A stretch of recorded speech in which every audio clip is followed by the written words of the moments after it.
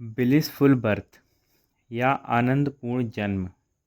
इस पुस्तक के माध्यम से गर्भकाल या गर्भावस्था से पहले स्त्री और पुरुष को किन किन स्थितियों से परिचित होना है, एक नई ऊर्जा को जन्म देने हेतु आपके गर्भ में कैसी आत्मा जन्म ले, ये आप स्वयं पति पत्नी तय कर सकते हैं। आप आपके घर में किस प्रकार की ऊर्जा का जन्म चाहते हैं, वो आप पहले से चुन सकते हैं। आप एक सुपरमैन पैदा करना चाहते हैं, आप एक विशेष दर्जे का संगीतक, नृतक, गायक, संत, राजनैतिक, क्रिकेटर, एक सफल व्यवसायी, एक वैज्ञानिक, एक एस्ट्रोलॉजर, अर्थात आप चाहे तो एक कबीर, एक मीरा, कृष्ण, नानक, गौतम, सचिन तेंदुलकर, अमिताभ बच्चन, ओशो, नरेंद्र मोदी, आइंस्टाइन, धीरूभाई अंबानी, जैसी चाहे वैसी आत्मा को जन्म दे सकते हैं। मेरे हिसाब से देखा जाए तो अब आप जैसा चाहे वैसा बीज अपने गमले की मिट्टी में बो सकते हैं। गमला आपके पास है, मिट्टी भी आपके पास है, तो चयन भी आप कर सकते हैं कि इस मिट्टी में गुलाब का फूल उगे या गेंदे का उगे जो खुशबू बिखेरे। आप चयन नहीं करेंगे तो गमला घास फूस से भर जाएगा।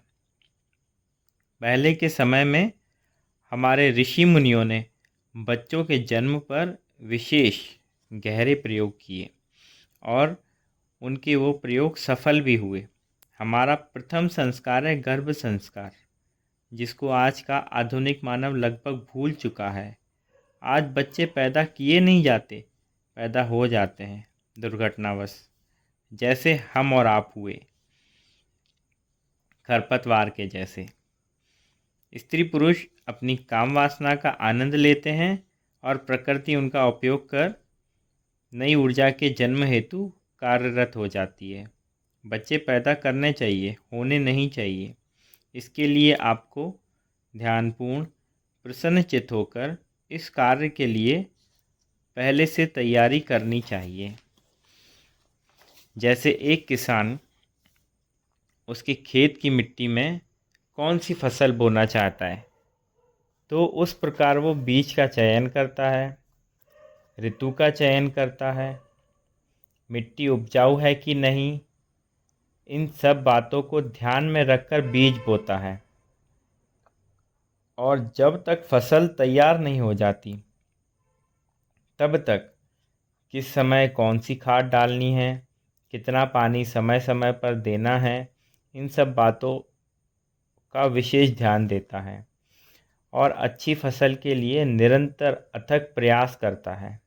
और जो किसान अपने खेत पर खाली बीज बोता है और वो भी दुर्घटनावश, तो वो बीज तो बचता नहीं, परंतु खेत जो है वो खरपतवार से भर जाता है।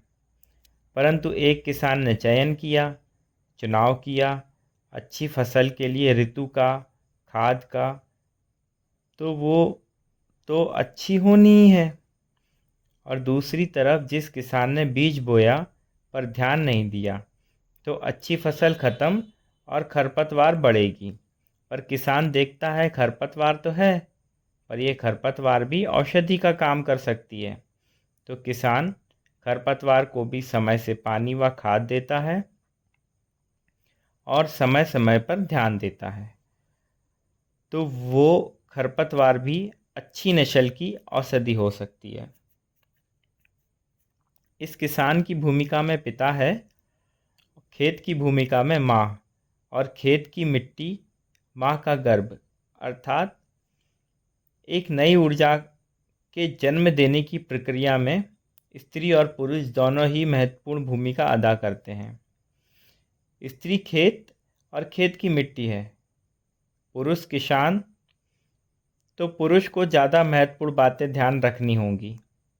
स्त्री प्रकृति अपना काम अपने हिसाब से करेगी, पर पुरुष को स्त्री की देखरेख कब करना है, कब साथ रहकर कौन सा ध्यान करना है, कैसे स्त्री को खुश रखने हेतु, उसकी देखभाल हेतु उसे क्रियाकलापों में सहयोग करना चाहिए। और किसान जब खेत में काम करता है या खेत की देखरेख करता है, तो वह अकेले नहीं करता, उसके साथ कुछ सहयोगी भी होते हैं जो बीज बोने के बाद उसे सहयोग करते हैं। उनका सहयोग भी जरूरी है। अर्थात आपके परिवार के सदस्यों का रवैया भी गर्भवती स्त्री के प्रति प्रेमपूर्ण, स्नेहपूर्ण, प्रसन्न, आनंदमय हो। गर्भकाल के समय स्त्री में बहुत सारे शारीरिक व मानसिक बदलाव आते हैं। उनके हार्मोन्स में परिवर्तन आता है। उसे कुछ समझ में नहीं आता कि वो क्या करे। अचानक चिड़चिड़ापन, गुस्सा, तनाव या कुछ नई नई चीज़ों के प्रति आकर्षण, उसमें आए इस बदलाव को वो खुद भी नहीं समझ पाती। छोटी छोटी बातों पर एकदम खुश व दुखी और गुस्सा हो जाती है। यही वो समय है जब आपको व आपके पूरे परिवार को संयम व धैर्य रखने की और उनको प्रेमपूर्ण नियंत्रित करना और वो ज़्यादा से ज़्यादा खुश व प्रसन्न रह सकें, इस बात का ध्यान रखना आपकी जिम्मेदारी है। क्योंकि गर्भकाल में स्त्री ज़्यादा गुस्सा करती है, चिड़चिड़ी होती है, या हर वो चीज़ जो वो देख रही है, सुन रही है, उसका पूर्ण रूपेण प्रभाव बच्चे के व्यक्तित्व में झलकता है। हम आगे बात करते हैं गर्भ में कैसी आत्मा जन्म ले। अर्थात आप आपके घर के गमले में कैसा फूल चाहते हैं। ये सारी की सारी प्रणाली आप पर, पति पर और आपके संभोग पर निर्भर करता है। इस समस्त ब्रह्मांड में लाखों आत्माएं भ्रमण करती हैं। इस संसार में 3 तरह की आत्माएं होती हैं। एक सबसे अच्छी आत्माएं, दूसरी सबसे बुरी आत्माएं और तीसरी हमारी और आपके जैसी आत्माएं, सामान्य। दुनिया में हजारों लोग मरते हैं और उसी समय हजारों लोग काम वासना का आनंद लेते हुए संभोग करते हैं। और तीसरी किस्म की आत्माओं को गर्भ चुनने का मौका मिलता है। सबसे अच्छी आत्माओं का गर्भ चुनाव में सबसे अच्छा संभोग होना जरूरी है। प्रेमपूर्ण, आनंदमय जैसे संभोग किसी दिव्य संतान की चाह के लिए ही किया जा रहा हो। और सबसे बुरी आत्मा के जन्म हेतु उसी तरह बुरी तरह गुस्से में, चिंता में, नशे की अवस्था में, निकृष्ट संभोग में स्त्री पुरुष काम वासना में लिप्त होते हैं। तो एक बुरी आत्मा संभोग की गलत अवस्था में अपने गर्भ का चुनाव करती है। तो ये सारा का सारा विज्ञान आपके संभोग की स्थिति पर निर्भर करता है कि आपके गर्भ में कैसी आत्मा जन्म ले। तो आप संभोग की विशिष्ट अवस्था का चुनाव कर एक अति विशिष्ट संतान की उत्पत्ति में सहयोग प्रदान कर सकते हैं।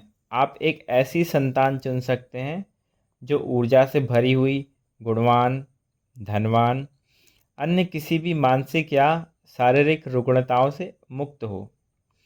इस पुस्तक का उद्देश्य मात्र और मात्र गर्भकाल व गर्भावस्था के समय माँ व पिता को कैसी दिनचर्या अपनानी चाहिए, कौन से मंत्रों का उच्चारण करना है, किस प्रकार का ध्यान करना है, गर्भकाल के समय में कैसे खुश व हेल्दी वातावरण रखना है ताकि आने वाले बच्चे का व्यक्तित्व निखर सके। यह पुस्तक हर उस नव दंपत्ति के लिए उपहार है जो अपने जीवन में एक नई ऊर्जा के आगमन हेतु प्रयासरत है।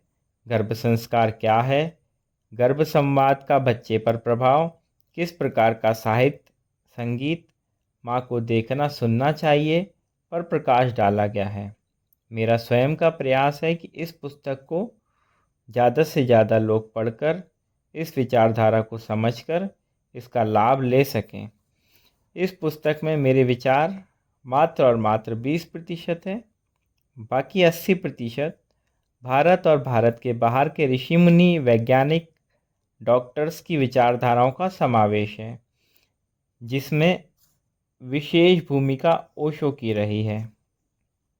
ओशो ने अपने ढेर सारे प्रवचनों में गर्भ संस्कार, गर्भ में बच्चे का व्यक्तित्व, गर्भ में कैसी आत्मा जन्म ले, इस पर बहुत गहरी गहरी बातें कही है। आप एक बच्चे के जन्म के लिए संभोग में उतर रहे हों तो वो संभोग आपका ऐसा संभोग हो जैसे आप एक नई ऊर्जा के निर्माण में देव और देवी का कार्य कर रहे हों। संभोग में ऐसे जाएं जैसे वो काम वासना न होकर एक नई ऊर्जा के जन्म हेतु प्रेमपूर्ण शांत चित्त में गहरी पूजा हो।